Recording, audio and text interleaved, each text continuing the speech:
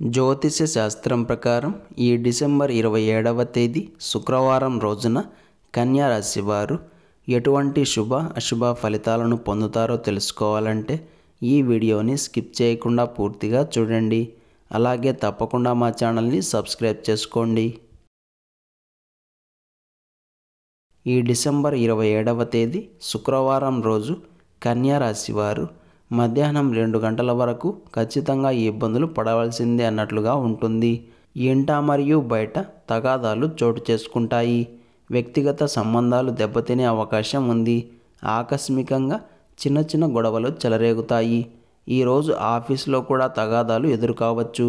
ఆర్థిక పరంగా జాగ్రత్తలు తప్పనిసరి అవుతాయి.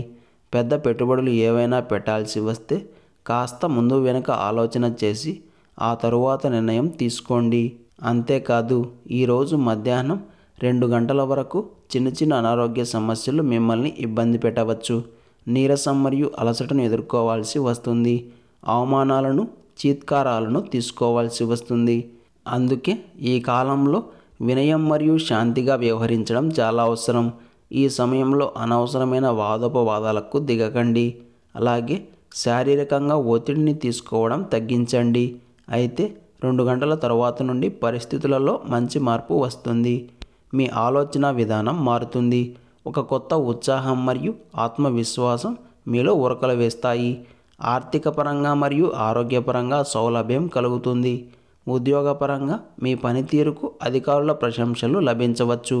మీ బాస్ యొక్క మెప్పును పొందుతారు. అవసరమైన అంశాలపైన మాత్రమే దృష్టిని పెడతారు. పనికిరాని అంశాల గురించి అస్సలు పట్టించుకోరు. ఏది ఏమైనా ఈరోజు కన్యారాశి వారు పెట్టుబడుల విషయంలో జాగ్రత్తగా ఉండాలి. మంచి నిర్ణయం తీసుకోవాలి అనుకుంటే మధ్యాహ్నం 2 గంటల తర్వాతనే తీసుకోండి. ఈ శుక్రవారం రోజు కన్యారాశి వారు గులాబీ రంగు దుస్తులను ధరించకండి. లక్ష్మీ కవచ స్తోత్రాన్ని పారాయణం చేయండి. ఈ శుక్రవారం రోజున ఉన్నటువంటి దివ్యమైన తిథి ద్వాదశి. నక్షత్రం విశాఖ నక్షత్రం. రాహుకాలం ఉదయం 10:30 నుండి 12 గంటల వరకు. యమగండం మధ్యాహ్నం 3 గంటల నుండి 4:30 వరకు. అలాగే ఈరోజు యొక్క శుభ సమయాలు మధ్యాహ్నం 1:40 నుండి 2:40 వరకు. ఈ రోజు యొక్క పంచాంగం ప్రకారం ఫిర్యాదులకు మరియు ప్రయాసలతో కూడిన కార్యక్రమాలకు కాలం అనుకూలంగా ఉంది.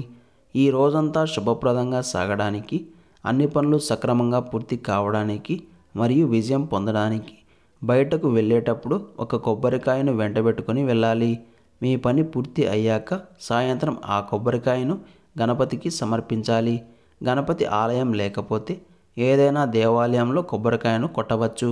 ఈ పరిహారం పాటించి దినచర్యను ప్రారంభం చేస్తే అంతా శుభమే కలుగుతుంది.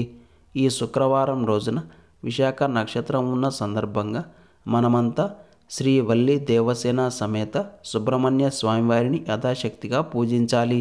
ఈరోజు సుబ్రహ్మణ్య స్వామివారిని ఆరాధన చేయడం వలన మనందరికీ అద్భుతమైన జ్ఞానం లభిస్తుంది. అలాగే ఉన్నతమైన చదువులకు అడ్డంకులు తొలగిపోతాయి. ఈ రోజున మనమంతా ఓం సాంబ సదాశివాయ నమః అనే మంత్రాన్ని పదే పదే జపిస్తూ ఉండాలి. ఇలాంటి సమాచారం ప్రతిరోజు పొందడానికి వెంటనే మా ఛానల్ని సబ్స్క్రైబ్ చేయండి.